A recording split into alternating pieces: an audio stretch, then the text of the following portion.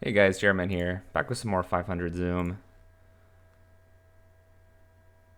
I've been trying to enjoy what's left of the weather before it gets too bad. So I actually haven't been playing too much poker at all, really. And when I have been playing, I haven't felt like recording, so. But right now it seems like a decent time to record. It's Tuesday, the pool is less than amazing.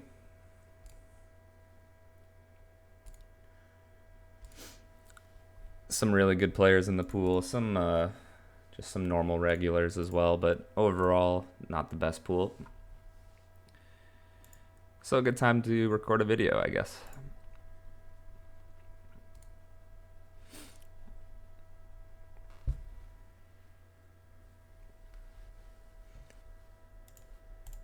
We'll defend 7-8 off. And this board is really good for the big blind. And I wouldn't be surprised if he is supposed to be or is checking his range. Whether or not he opens 5-3 suited actually has a large effect on this board. And if he's checking range, and one of the ways that we actually punish the other position player here is by checking back a decent amount. When we bet, he gets to check raise and decrease our positional advantage. So checking back becomes a really attractive option. And now on the turn, we have a choice, I think, between a couple sizes. I think having a normal betting size on this texture is actually really good. If like we likely want to have an overbet because the turn does bring us straights that he potentially won't have after he checks the turn. Not to mention it brings us two pairs that he doesn't have. Like 7-6 off, 7-4 suited. He might open 7-4 suited. Table 1 will overcall maybe. Nah, we'll go for the squeeze. It just plays so much better as a squeeze. The reason I'm hesitant to squeeze here is because I'm just going to bet small on table 2. I should probably roll a check back with these positions, actually, considering my 2x disadvantage. And that's unlucky, facing the jam. The reason I didn't want to squeeze there is because the cutoff's cold calling range, I guess specifically for that player, is pretty tight. It's probably really mid to high pair suited Broadway heavy, so I'm not expecting the squeeze to go through very often, to be honest.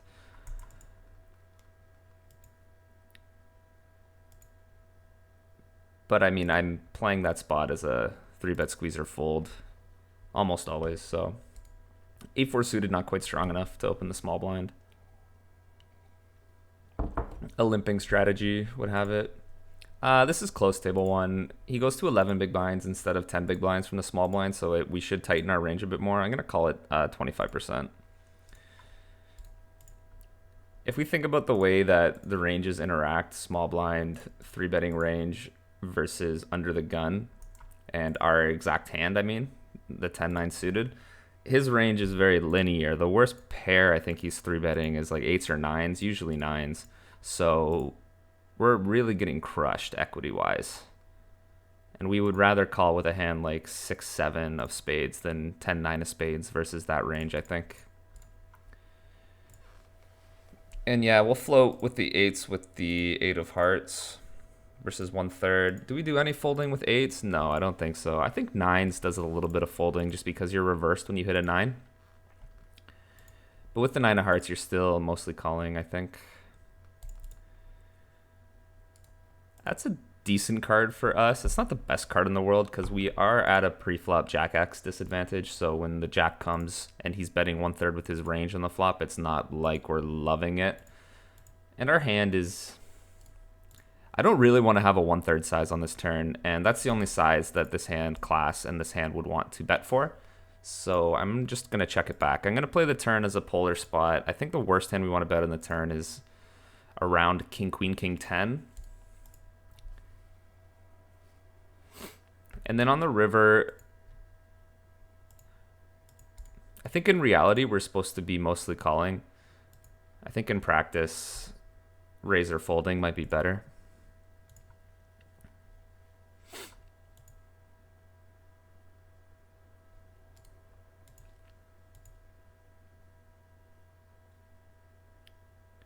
The jack is a turn he can definitely check with some hands. Yeah,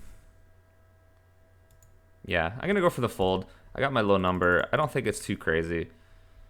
I'd be surprised if eights with the heart wants to pure call there on the river, despite the fact that we have the heart blocker. It's not like the heart blocker is actually that relevant in that line. The eight of hearts blocker specifically is not that relevant. I guess he, you know, ace eight suited is already a borderline 3-bet small line versus cutoff, and 8-7 suited is not really a 3-bet as well. We're gonna check back on table 2. And table 1, this hand is too strong to 3-bet, and it's also too weak to 3-bet, if that makes any sense, because if we 3-bet and get 4-bet, we have to fold. If it was jack 6 suited, we could 3-bet, or jack 9 suited, we could 3-bet, but this hand is in the middle where it doesn't want to. And versus the pot size bet with their pocket 8s, I'm not sure what to do. I'm gonna make the call. We don't block the diamond, which I think is better here. Obviously, depending on his small blind cold calling range.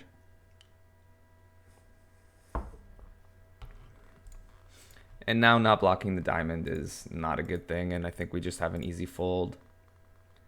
I don't think there's any good reason to assume that he wouldn't have flushes in this line, so I don't think this is a good spot to potentially overbluff. 5-7 off is close, but with the rake, just gonna give it the fold.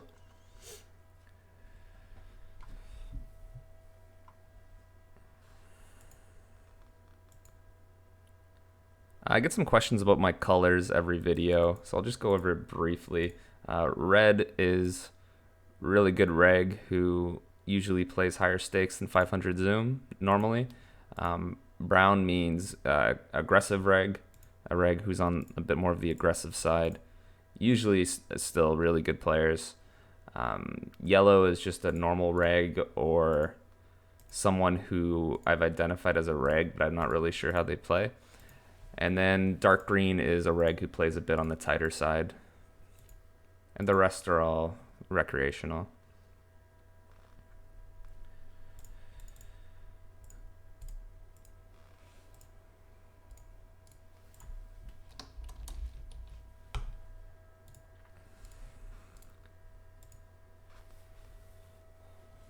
A limp under the gun doesn't necessarily mean he's a fun player, but usually I'll mark it like that and then wait to see.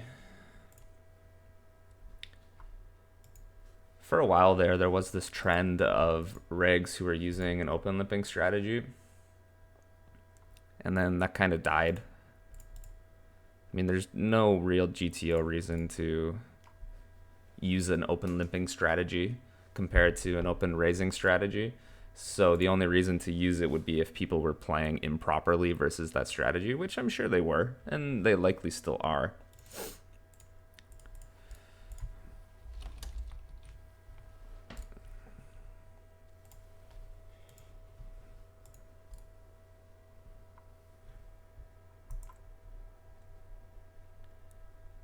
Five four suited is going to be mostly a fold under the gun. But it's nice to open sometimes. I'm going to open it 25% of the time. I've seen some charts that open it half the time. And then this hand plays very well versus the 3-betting range. With these these ranges, excuse me. And because we're opening it so little, we get to call it 100% of the time when we do get 3-bet. If we were opening it half the time, we don't get to call it pure, I think. King five of clubs doesn't really want to bet this texture. It's a texture I think the big blind wants to be using a larger size. And table 1, I'm less inclined to check raise when I have 5-4 of clubs than if I had 5-6 of clubs with the added backdoor straight draw equity. However, check raising this wouldn't be horrible. And I think our range wants to have some leads on this card, but I don't think our hand is necessarily the best hand to do that. And I don't think our range gets to lead with our entire range, if that makes sense. Like, I don't think we can just bet 1/4 with our entire range on the turn. I think that gives up way too much EV. We don't have enough hands that can profitably do that. And then on the river, I'm thinking about bluffing. But the 5 blocker isn't actually that relevant. I think I would rather have a heart blocker when I'm bluffing the river because in these positions, he doesn't have pocket 5s. And I'm not going to bluff table 2. We have better candidates to bluff, I believe.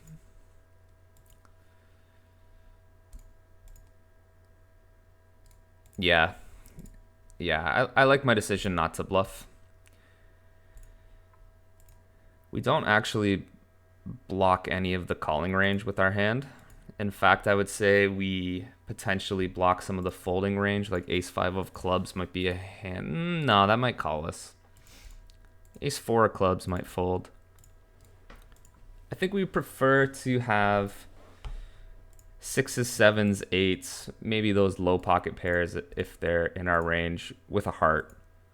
And those hands can bluff the river. Even a hand like Jack-10 of spades is potentially a better bluff than 5-4. Maybe not though, actually. No. Jack-10 of spades would be worse. Gonna 3-bet sometimes. Gonna fold sometimes. Gonna call sometimes. On table 1 there. Isn't poker fun? Just do everything sometimes. Just go all in sometimes. Fold sometimes. This spot is interesting. I'm going to 4-bet, I think. Yeah. I'm going to... First of all, this hand gets used as a 4-bet bluff sometimes with these positions. And considering... We'll go for the 3-bet some of the time here with the Queen-Jack suited. But we also want to call some of the time. Maybe like half the time would be reasonable. So this hand is used as a 4-bet bluff with these positions just because it doesn't play as well versus the small blind versus under the gun range as it would in other positions. We're doing a lot of checking back on this texture on table 1. We get our low number and this hand class is fine to check back. We would rather bet Jack-10 of clubs on the flop than we would Queen-Jack of clubs as we need less protection versus the 1-over card. Like if he has ace-queen, we don't care if he hits a queen. But if we have Jack-10 and he has ace-queen, we care. And now on the turn, I think on these monotone flops, we don't really utilize the overbet size on the turn still. I think a normal size is the preferred choice, like something between 50% and 75%. We can still always jam the river with our value. It's not like if we don't have an overbet on the turn, we can't jam the river. Another interesting choice is to use the 1/3 size on the turn. Which when you're playing against good aggressive regulars, oh yeah, I forgot to mention orange. Orange just means good regular, like probably one of the better regulars in the 500 zoom pool. Red means better than that, I guess, if that means anything, but that just usually means that their normal game is higher than 500 zoom. We'll go for the 4-bet. We get a 4-bet with our King-Jack off. It's one of our high-frequency 4-bet bluff hands. Ace-10 off, King-Jack off, Ace-Jack off are all relatively high-frequency 4-bets, button versus the blinds. And button versus small blind, we end up 4-betting more than we do button versus big blind, simply because the small blind has a linear range where the big blind is a bit more polar because he gets to call pre-flop, where small blind doesn't. And this texture is just our texture. We can bet 1/5 with our range. Potentially, you could even bet smaller. But on king high textures specifically, I think the 1/5 or 1/4 makes the most sense. And then now on the turn, we actually have a decent amount of value and protection to be had. And I think betting for a 1/4 size makes sense. Our hand is good enough to stack off happily. His king-queen, first of all, he never has ace-king, or at least he shouldn't have ace-king. I guess this guy could. But if he has king-queen, he's actually supposed to be check-raising the flop some of the time. And he only has king-queen suited. So now there's only one combo of king-queen suited. But before, there was only 2 combos of king-queen suited. And we have an easy jam on the river. This is thin, but we still have to jam. I will say it's thin though, because he does have hands like ace queen of hearts, ace jack of hearts, ace 10 of hearts. Even queen jack of hearts might have to peel. No, queen jack of hearts folds the flop. Ace 5 suited we'll use as a call. We'll use other hands as our 4-bet bluffs with these positions, like some suited kings or ace 7 suited or ace 8 suited. Yeah, he has aces as well. I forgot to mention that with these positions. He has a very easy call on the river, I think. I think he played the hand perfect. We're going to check back our ace 5. So, interesting he checks this texture, as this texture really does interact with him very well. Now this is an interesting turn card. It's not like we have a super huge 9x advantage.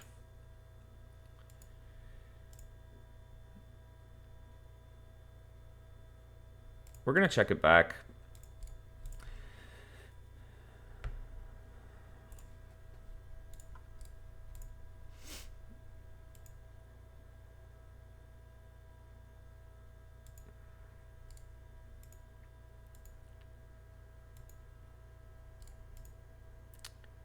I'm just thinking if we always want to bluff our ace highs by the river. The answer might be yes.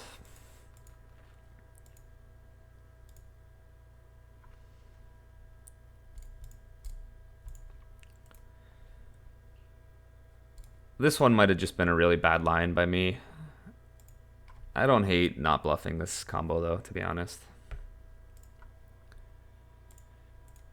Depending on what sizing and what strategy he's going to be using on this flop, if he's playing a big better check, then it's very reasonable to have some checks, especially with hands like that.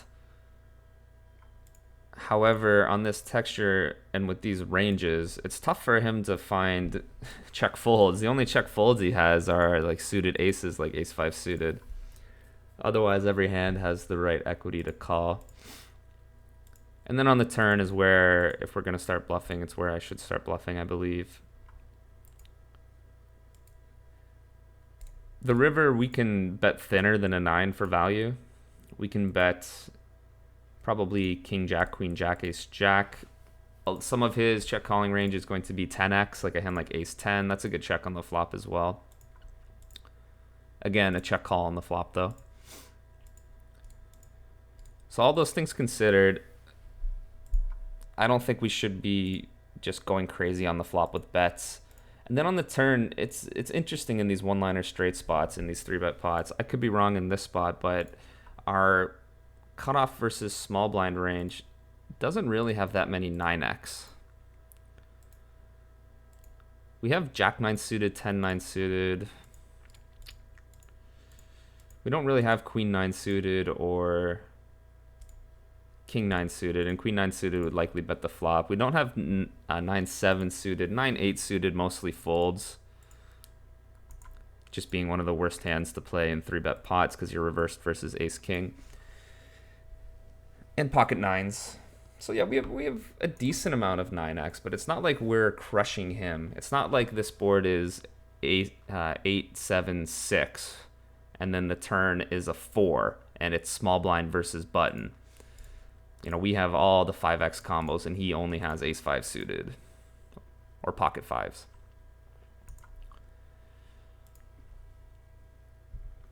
Either way, I'm going to check that one later.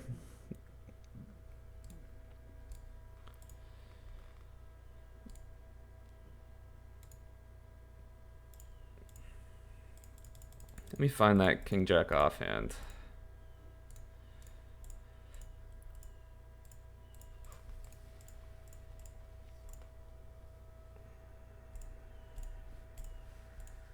Was it really that far back? Man, I talk way too much, which I guess is good for these videos.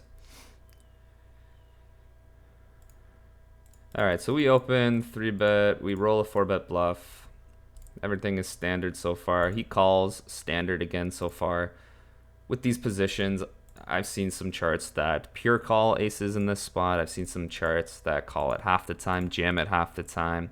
I've never seen charts that pure jam it at 100 big blinds. Anyways, because you're at a position, jamming aces can never be bad, obviously. And the smaller the person 4-bets, the more you actually want to be trapping aces. Ace 3 suited, not quite strong enough there. Ace jack off will go for some 3 bets. So he calls, all standard. King 8-6 rainbow, no leads from the small blind. I go for the very small bet as this board really favors the button's 4-betting range. He has aces, the trap hand. I think aces might get raised on the flop some of the time, but calling can obviously never be bad. Just crushing some of our bluffs. Like if we have ace 7 suited, the aces is just crushing it. Or even ace queen off, we might have at low frequency with these positions. Table 2 versus the overbet, I don't think we raise with ace jack.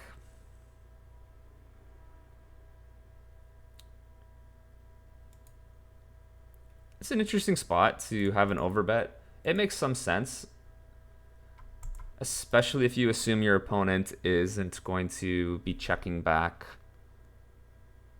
enough strong hands on the flop, which I would assume most people are, combined with the fact that we should never be checking back 10-8 basically. And after he overbets the turn and the straight and diamond complete on the river, this hand just went way down in relative value, and I think the bottom of our river betting range should be an 8 because he is uncapped, and we can face check raise bluffs here pretty easily. With a hand like that, that would make an excellent check raise bluff. So yeah, back to this hand. We bet, he calls. Standard, standard, standard. 5 of hearts. I think aces mixes in some jams here on the turn. He does have some hands that want to jam, so it's nice to have aces in that range some of the time, but again, trapping aces. Because some of my 4-bet bluffs just picked up some equity on the turn when I have 7x, like ace 7 suited. And he has some hands that might want to protect versus that. So I think king queen might want to jam more on the turn than aces would. But I wouldn't be surprised if aces jams. And then on the river, I think he has an easy call. The ace of hearts, I think, is strictly better than not having the ace of hearts. Because yes, I can have ace queen off with the ace of hearts, but that's it. The ace of hearts blocks more combos of flushes than it does of bluffs, and I can still be bluffing ace queen with the queen of hearts. So whereas I don't really have any queen of heart flushes. This is weird, table 2. So I'm gonna make the nitty fold. I'm running out of time, but I was just gonna, so obviously this is a spot where he can't have ace king, and you might be thinking, well, you know, Jarrett, why don't you just jam him on the river? He never has ace king. I've seen people have ace king here before. I've seen fun players show up with ace king before. I've seen fun players call with a king before. I don't know too much about him other than this is interesting, table 1. I'm gonna go big, just try to stack a jack. No good logic there.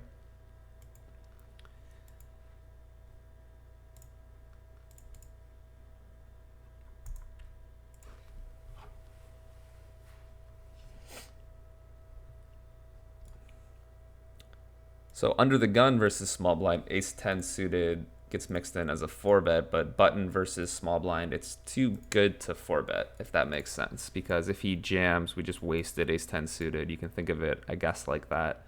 Whereas under the gun versus small blind, we don't care about wasting ace 10 suited because his range is so strong that ace 10 suited doesn't play that well versus that range anyways.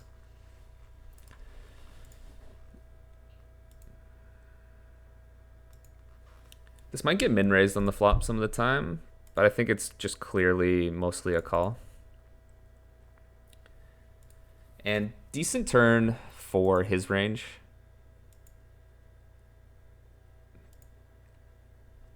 In these spots, the Broadway cards are almost always going to be better for the 3-better. And now we have a decision. Again, this is a spot I'm not going to be using the small size. I'm going to be betting more polar. And our hand can do both. Our hand can check back, our hand can bet. Now, another similar spot here where the jack completes on the river, and because of our jack X disadvantage, it's not like it's the best card in the world. Table 2, we could have some leads. I'm kind of distracted by this hand on table 1. I'm just going to check. No leads on this card. Are you sure, Kahan? You could have leads on that card. I think you could definitely have some leads on that card. And I'm going to check back my ace.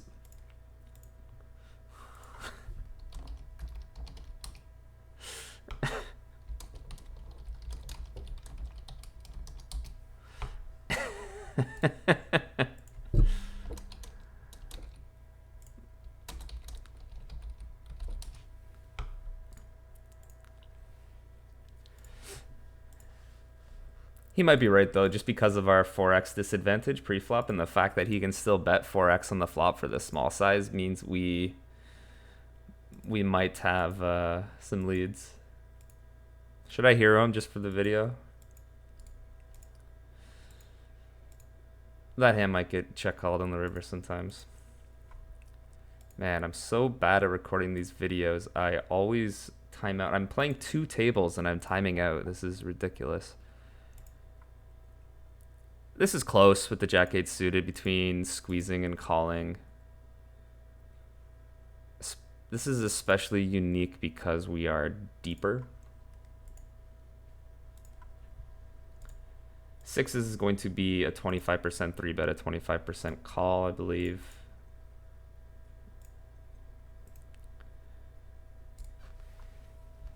So 100 big blinds deep, big blind versus button. This is a high-frequency 3-bet. But 200 big blinds deep, and with the small blind in there, I think it becomes less good of a squeeze. And more of our squeezing range becomes, I'm going to make the nitty fold 3 ways here. And more of our range becomes suited, high-suited broadways than it does those, 3-gapper, 2-gapper, middling cards. I don't know what I'm going to do on table 2, but I'm not going to fold. Ah, he's so short, actually. I just realized how short he is. I actually am going to fold. I'll be honest. It's not like he can profitably squeeze in this spot. Because the player left back behind is very often going to call him. And yeah, he had 10s. Makes sense. That's a good squeeze spot for 10s.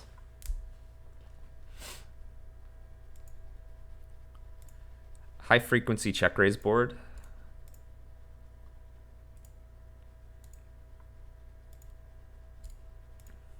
Yeah, our hand makes a decent check back, actually.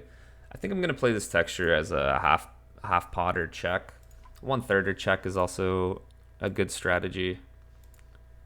Not folding basically anything versus the min raise and the big blind. I think maybe those with the rake structure, those very, very weak hands like 7-2 off can fold, but that's strictly because of rake.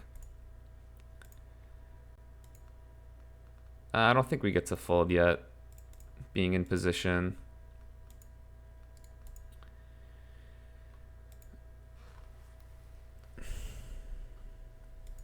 I don't like our blockers to raise the river. We block queen 8 of spades and queen 7 of spades. That's it. The rest we're actually just blocking as bluffs, even though I think this might be a good spot to bluff.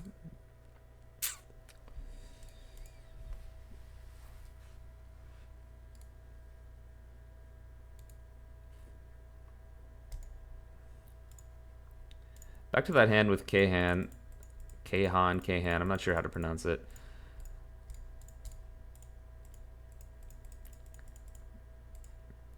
One of the reasons there might not be leads on this turn is because of how capped we are when we just check call versus the small size.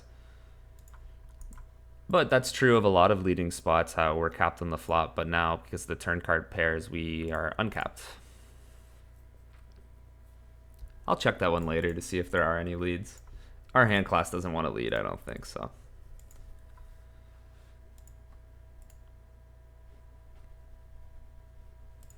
He goes for a bit of a smaller 3-bet size. And we're going to make the call. Versus Our range versus the smaller 3-bet size will have more of these low pairs, which is nice. If we weren't 150 effective to start the hand, I would just jam the 10s here. I think it performs better, and I think I can get called by worse by the under the gun player, and I can fold out his, suited Broadway 3-betting range. Ace-5 suited, really nice hand to check back on this type of texture. Reversing his other ace-highs that are going to high-frequency check this flop, like ace-jack, ace-queen, ace-king. So when the turn is an ace, we get to stack them. And 3 ways, easy fold with the 10s despite our 10 of hearts. Yes, we can hit those 2 10s on the turn, but 3 ways, I think we just have to fold despite being in position.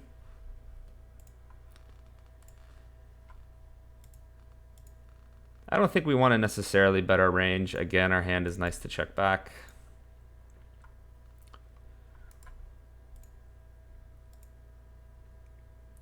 Big blind versus hijack. He has more 6x than if he was small blind versus hijack.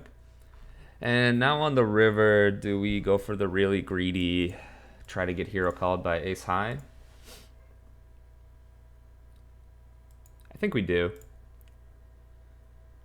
And I think I do get hero called by ace high enough here to make this bet profitable.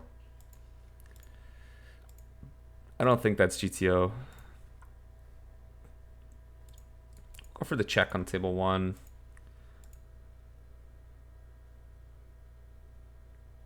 I like betting 1/3 in this texture. You could also, bet half. You could bet bigger. Obviously, you can have and should have a checking range as well. Our hand, an 8, is going to be put into the check call line almost always. There's some rivers that change the relative strength of our hand and improve some of our holding so we can check fold, but mostly we're just check call, check fold. Or sorry, check call, check call. We bet 1/3 in the flop, which we could potentially be doing with our range. He's going to float us so wide. Our range is so wide. We check the turn because after we bet range in the flop, we have a super weak wide range, and he should be punishing that with a lot of bets. And we're supposed to be check calling the turn with as weak as some ace highs, some straight draws. King queen might even have to check the turn, flush draws.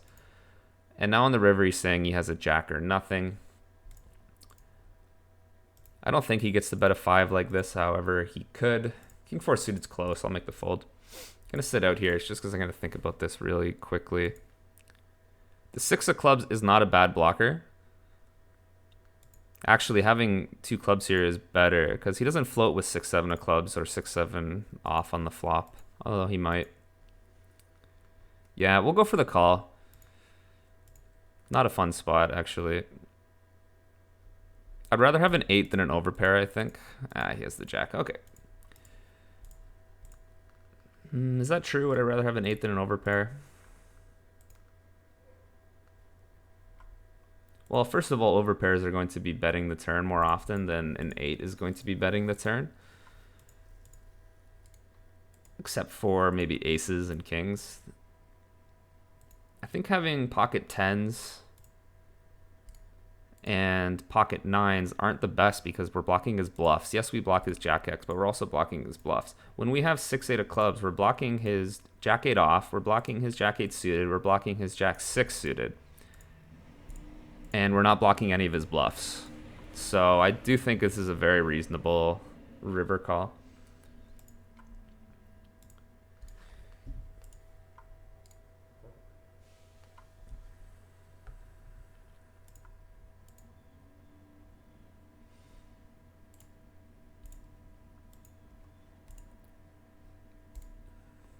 Our range is going to be mostly checking on this turn, and because we're going to be mostly checking, we do include the Queen of Hearts. Now, normally, we'd be like, oh my god, we're so capped here. He has aces, kings, we don't. He has all of the full houses, we don't. But the way that the action plays out, he doesn't usually have aces and kings. He can have kings more than he has aces. We'll go for the check raise. On table 2. Check raise, call? I'm not sure.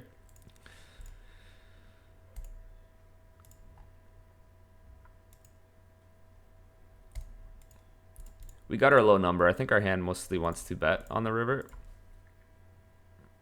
It depends how thin you think your opponent is going to bet, and it depends how often you think they're likely to bluff compared to hero call you with, you know, anything.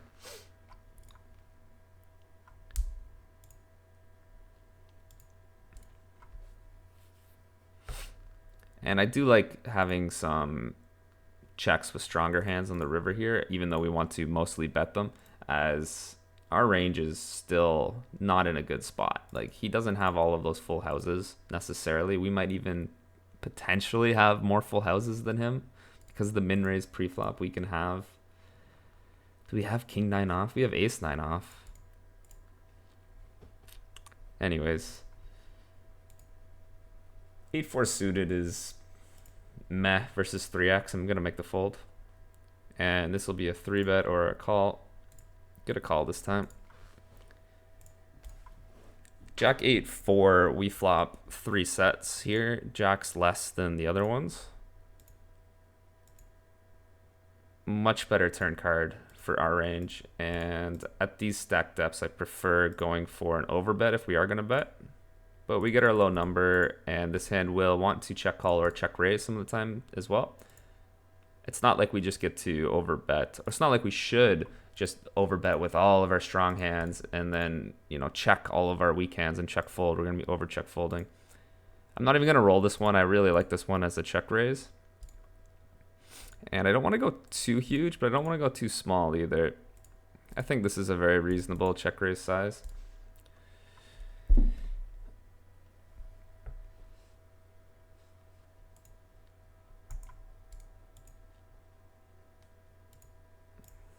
So yeah, we need to make sure to include some check raises for quote unquote value and some check raises for quote unquote bluffs in these spots.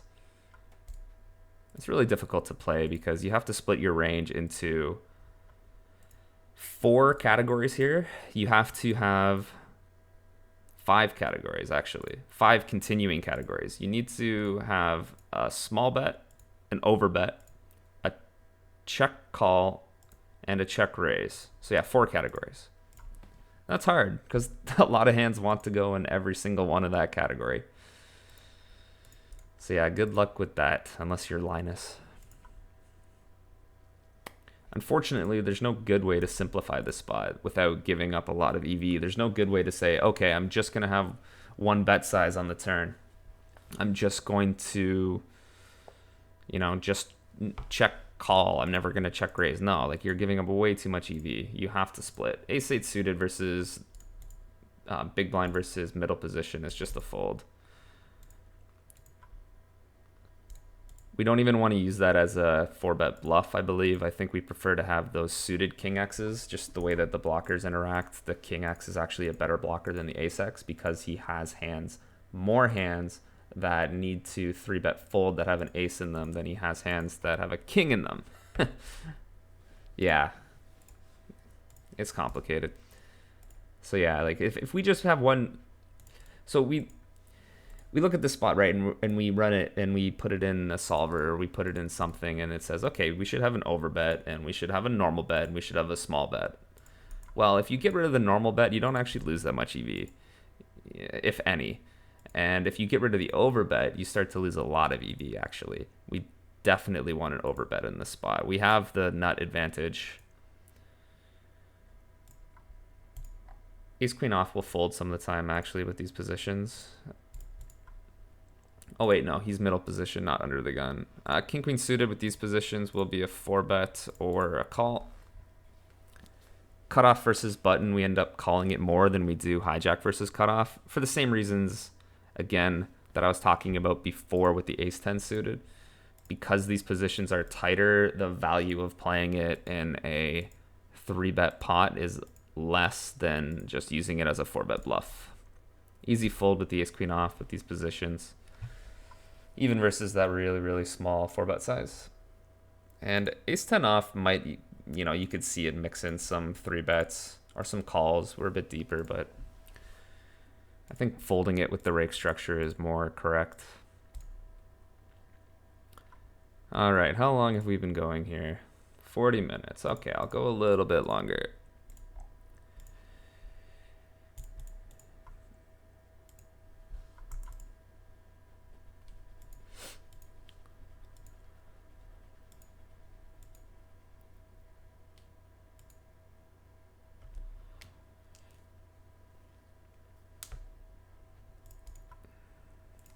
Starting with a 1/3 with range bet seems pretty good.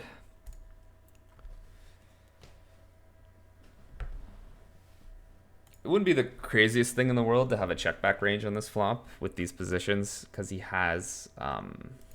does have ace king at some frequency. He has pocket queens at some frequency. He has sixes at some frequency. He has king queen suited at some frequency. But just overall, the simplest, best way to play this flop is a small bet with your range.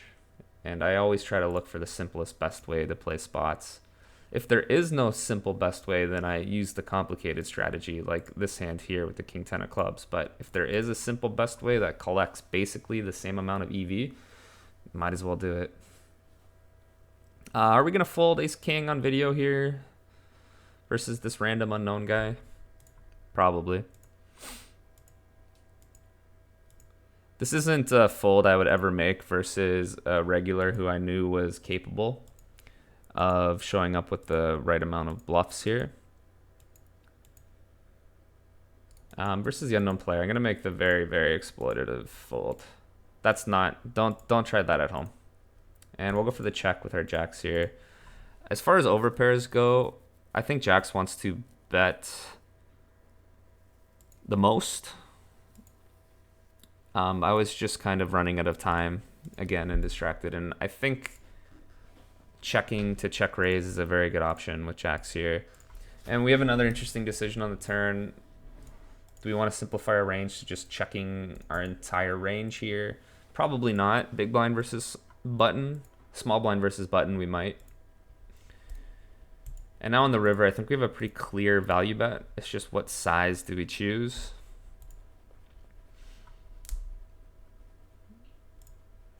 I think our hand is strong enough to go for this size.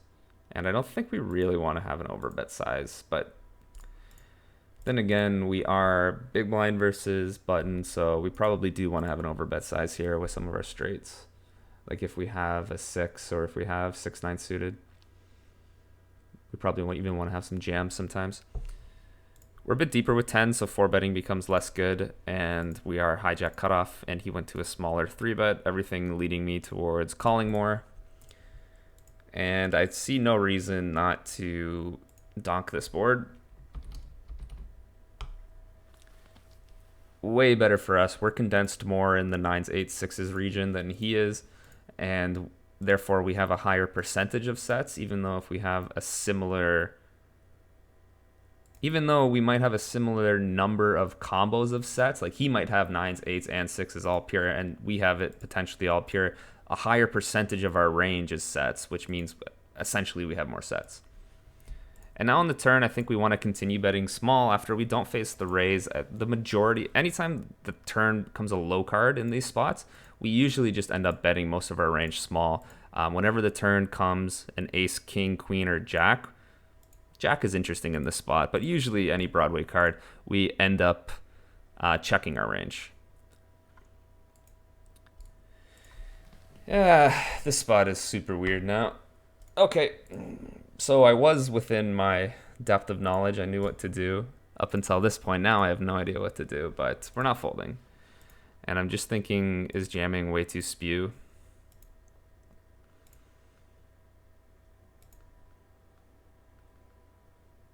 We're not capped here. Does he know that we're not capped though? Ooh.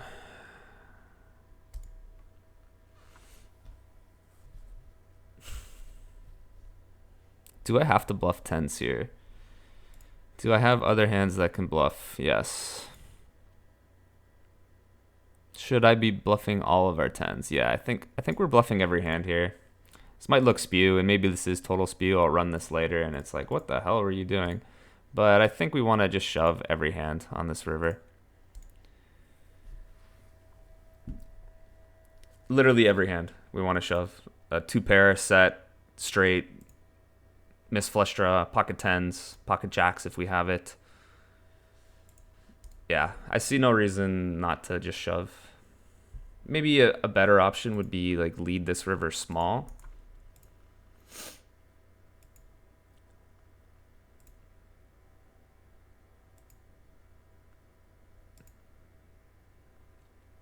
Yeah, lead that river small might be maybe a better option. With tens, I prefer jamming though, as a bluff, of course. It's just like the best river, other than a 7.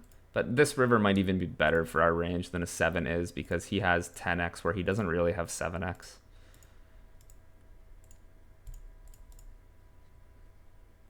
Like, I guess potentially he can find some, like GTO wise, the solver might find some raises with 7x on the turn, but really not that much.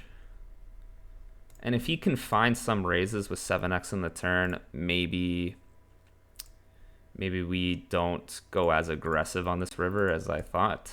In which case my hand is spew because we have showdown value. We never get called by worse. I understand it's a pure bluff, but when we have showdown value, maybe we don't have to bluff our pure bluffs.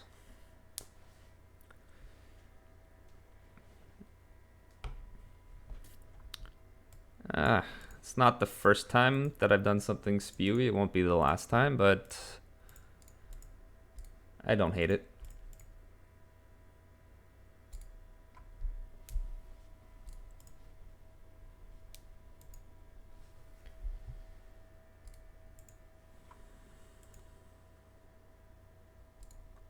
Just folding the 9-8 suited small blind versus button.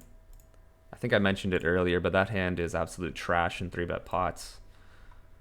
Less so when you're the 3-better because he's more likely to 4-bet ace king, but just overall it's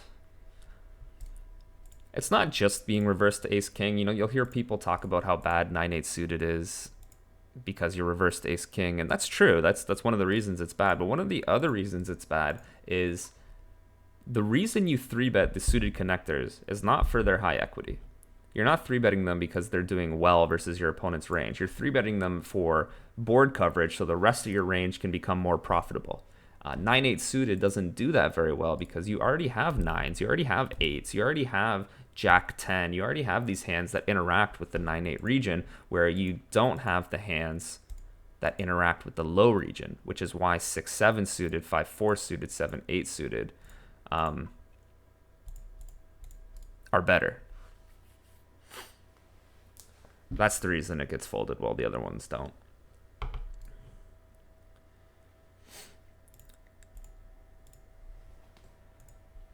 I think simplifying to just betting our range 1/3 on the turn is very reasonable. Having 2 sizes is also reasonable. You know, having a slightly larger size, maybe even an overbet, but I think an overbet only for exploitative reasons. I don't think an overbet makes too much sense here. And I think we have an easy fold.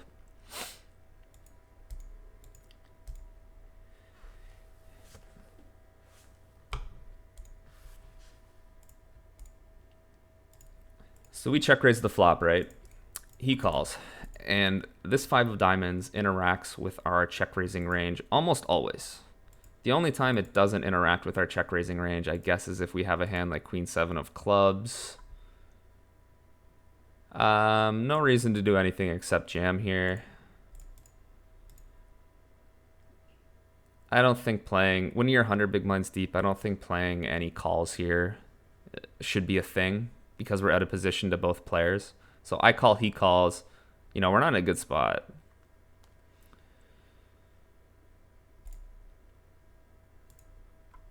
We'll raise sometimes, stable 2. I think using a bit of a smaller raise size on this texture makes sense. We want to be raising a lot for protection. A lot of, 10x, 5x, 2x wants to be raising some straight draws. It's not like we're saying we have 2 pair sets or better when we raise. And this hand usually barrels whenever it picks up some sort of equity, like a straight draw or a flush draw or a queen.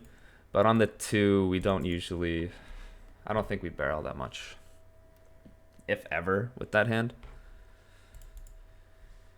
All right, I am going to sit out after these 2 hands. 3 hands I'm really interested to run, so that's going to be cool. Going to see if I spewed versus bonk there, and I think my ideas were right. I just think that my hand choice was bad. I don't think 10s maybe gets chosen there. And we'll give up the river, table 2. We would rather bluff on this river club hands or hands that don't have 2 spades. No raises on table 1, and we're definitely not folding. If he bets, we actually have some protection jams, I think, with king jack. Because, you know, he has king queen suited, queen 9 suited, king queen off, ace king off, ace queen off, ace queen suited, you know, etc., etc. I still think a 1/3 size is the preferred size because it lets us bet hands that aren't a jack. It lets us bet a hand like 10, 9, 10, 8, ace 10. Well, ace 10 might want to check back mostly.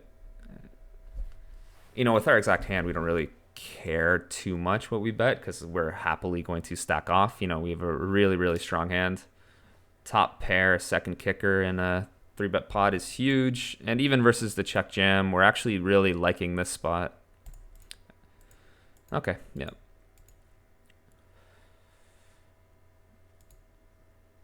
Okay, well, that's a good one to end it on. All right, guys, I'll see you in the next one. Take care.